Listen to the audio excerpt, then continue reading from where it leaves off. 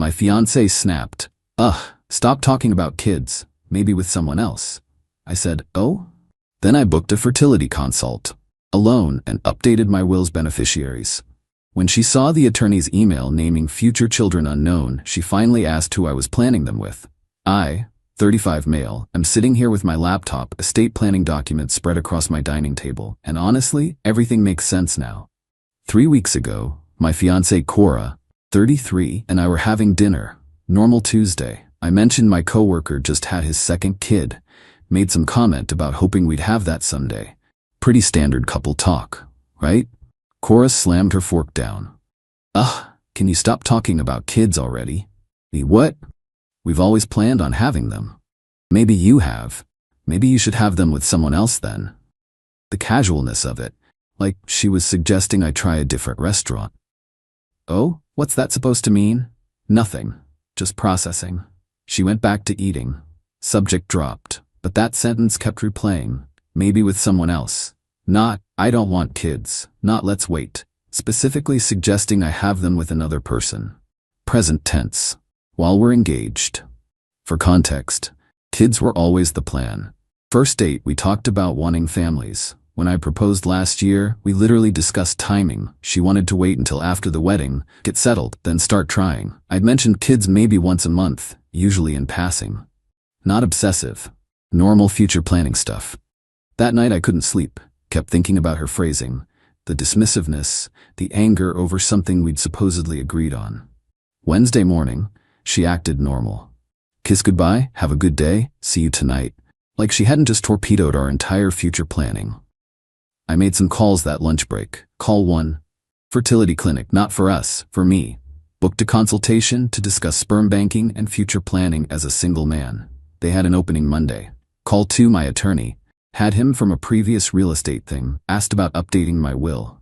Current beneficiaries, Cora, 60%, my brother Dex, 40%. Wanted changes. Call 3, financial advisor, reviewing my premarital assets, making sure everything's properly documented as separate property. Cora came home that night all smiles, made dinner, talked about her friend's promotion. Zero mention of the kids comment. I played along. Thursday she brought up the wedding venue. Cora, so the deposit is due next week, $5. What do you mean, Just thinking about budgets. We already decided on this place. We decided on a lot of things. She gave me a look but didn't push. I didn't send the deposit. Friday, got an interesting text from her friend Piper. Hey, weird question. Cora said you guys aren't doing kids? But weren't you super into that? When did she tell you this? Like, months ago? She said you changed your mind. Months. Ego. Thanks for the heads up. Wait, you didn't change your mind? No. Oh shit. So Cora had been telling people for months that we weren't having kids, that I'd changed my mind, while telling me we'd start trying after the wedding. The deception was breathtaking. Update 1 Monday, hit different. Went to the fertility consultation alone. Weird experience. NGL. Doctor was professional, explained options for preservation, future family planning as a single parent or with a future partner. Set up an appointment for next week to bank samples. Insurance covers part of it, surprisingly. Got home to find Cora going through wedding magazines. Cora, where were you? You said you'd be home by 6. Appointment. Cora. What appointment? Medical thing. Are you sick? Nope. Planning for the future. She looked confused but dropped it. Went back to her magazines, circling centerpieces we'd never need. Tuesday, the attorney sent documents for review. New will structure. Brother Dex, 40%. Future children, biological or adopted, 50%. Charity, 10%. Cora, 0%. The language was specific. Future children, whether known or unknown at time of death, biological or legally adopted by testator. Left the email open on my laptop accidentally when I went to shower. Heard Cora yell from the living room. What the hell is this? Me walking out into lit. What's what? This email. Future children unknown, you wrote me out? Me? Oh, the will update. Yeah. You can't just change your will. Actually, I can. It's my will. We're getting married. Her face went pale. What's that supposed to mean? You told me to have kids with someone else. I'm planning accordingly. I was just frustrated. You told Piper months ago we weren't having kids, that I changed my mind. Caught. Her mouth opened and closed like a fish. I was gonna tell you. When? After the wedding? After I'd signed up for a lifetime of no children? You're being dramatic. I'm being practical. You don't want kids with me. Message received. She spent the night at Piper's. Good, I had documents to sign. Wednesday, she came back with reinforcements. Her sister Gemma. Gemma, you're seriously ending things over hypothetical kids? They're not hypothetical to me. Cora just needs time. She's had 3 years, and apparently months of lying about it. She loves you. She loves the idea of me, the wedding, the lifestyle, the stability, not the actual future we planned. Cora, that's not true. Then why tell people I don't want kids? I didn't want them to judge me, so you threw me under the bus instead? Silence. Look, can't you compromise? Maybe 1 kid? She said 0, made it clear. Maybe I could consider 1, eventually. I'm not negotiating for children like they're a car purchase. They left after more circular arguing. But Thursday, Cora tried a new strategy. Came home to her in lingerie, candles, wine. Cora, let's forget this whole thing. Focus on us. There is no us without honesty. I'm being honest now. No, you're panicking because the wedding deposit is due tomorrow. Bullseye. Her seductive face crumbled. You're really gonna cancel our wedding? What wedding? We want different futures. I picked out my dress. Me should have picked honesty instead. She threw a wine glass. It shattered against the wall. I started recording on my phone. You need to leave. This is my home too. Your name isn't on the deed. You're a guest who just threw a glass at the wall. I wasn't aiming at you. Still property damage. Leave or I call the police. She left, but not before. You'll regret this. I'll make sure of it. Update 2 Friday morning, woke up to 12 missed calls from my mom. What did you do to that poor girl? Morning to you too, Mom. Cora called crying, said you're leaving her because she can't have children. The audacity. Me, she can have children. She doesn't want them with me. She said she has fertility issues. She's lying, Mom. She told me to have kids with someone else. Maybe she meant adopt. She's lying. Took 20 minutes to convince her. Then Dad called. Then my aunt. Cora had started a phone campaign, painting herself as infertile and me as the villain, abandoning her over a medical condition. I sent the family group chat 1 text. Cora is not infertile. She chose not to have children and lied about it. Please don't believe her narrative. Then muted it. Had bigger problems. Got to work to find HR wanted to see me. HR, we received a concerning call about your behavior. Me. From my ex-fiancée? You know who called? Educated guess. What did she claim? That you're exhibiting erratic behavior, making threats. She's concerned about your mental state. I pulled out my phone, showed them the video of her throwing the glass. Who's exhibiting erratic behavior? I see. We'll note this as a domestic dispute. No action needed. Strike 1, failed. Saturday, found out she'd been more creative. My neighbor knocked. Neighbor man, just FYI, some woman was here yesterday asking questions about you. What kind of questions? Neighbor, if you bring women home, if you party, weird stuff. Said she was from a background check company for your work. What did you tell her? Neighbor, to get lost. Seemed sketch. So she was trying to build some kind of case. For what, I wasn't sure yet. Sunday revealed the plan. Got served with papers.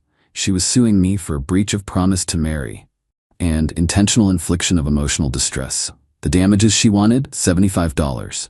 Her wedding deposits that weren't paid, emotional trauma, and loss of consortium. I actually laughed. The server looked uncomfortable. Me, thanks for this. Have a good day. Called my attorney immediately. Attorney, breach of promise? What is this, 1950? These claims are garbage. Counter-sue for defamation over the infertility lies. Me, let's do it. But Cora wasn't done. Monday morning, walking to my car, found all 4 tires slashed. Security footage? Conveniently corrupted from 2 to 5 a.m. Filed a police report. Couldn't prove it was her, but come on. Tuesday, the fertility clinic called. Clinic. Mr. Last name? Someone called claiming to be your fiancé, trying to cancel your appointment. Me, I don't have a fiancé. Please note that unauthorized persons are trying to interfere with my medical care. Noted. See you Thursday. Wednesday, came home to find Cora inside my house with a locksmith. What are you doing? Changing the locks on my house.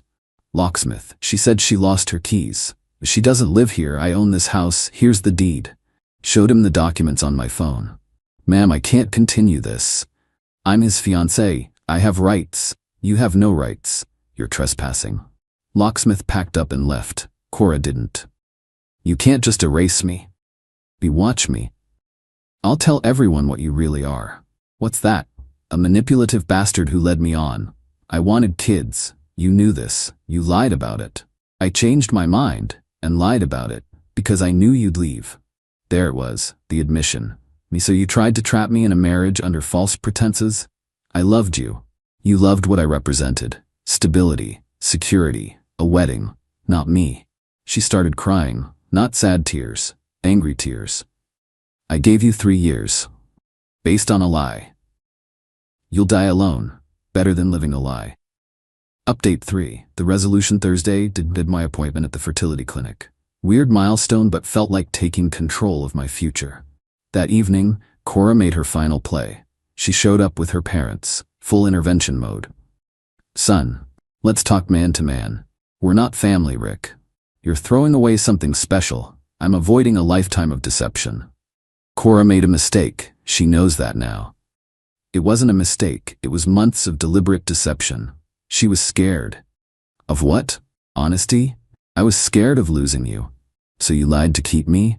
How'd that work out? She'll have 1 child. Compromise. I wanted 3. She wanted 0.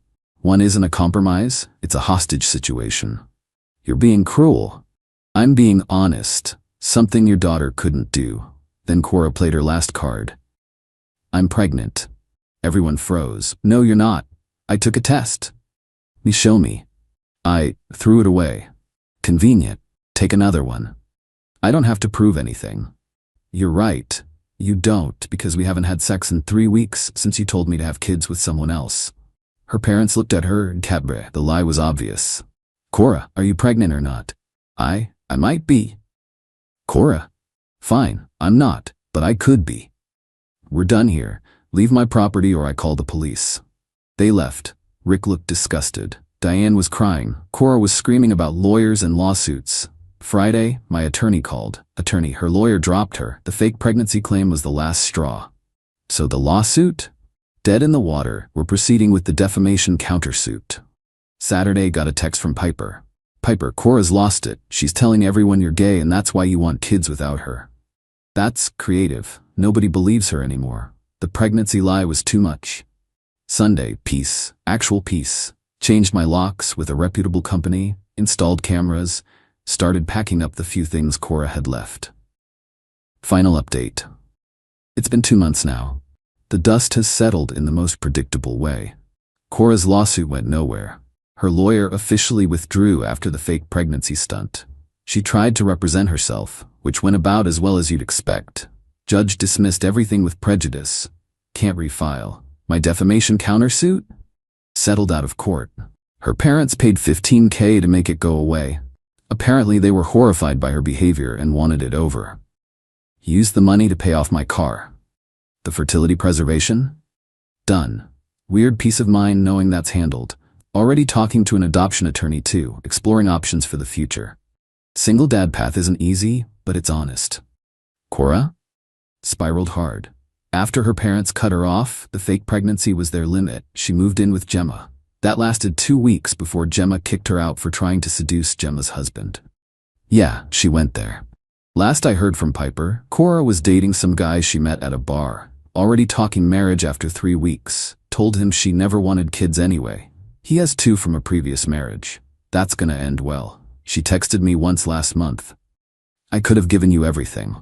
Except honesty and children. You'll realize what you lost. I lost a liar. I'm good with that. She didn't respond. The ring? Sold it. Legally mine since she broke the engagement under false pretenses. Used part of the money for a vacation. Went hiking solo in the mountains. Met a woman there. Funny enough.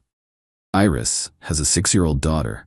We're taking things slow, but she laughed when I told her the story. Said at least you found out before the wedding.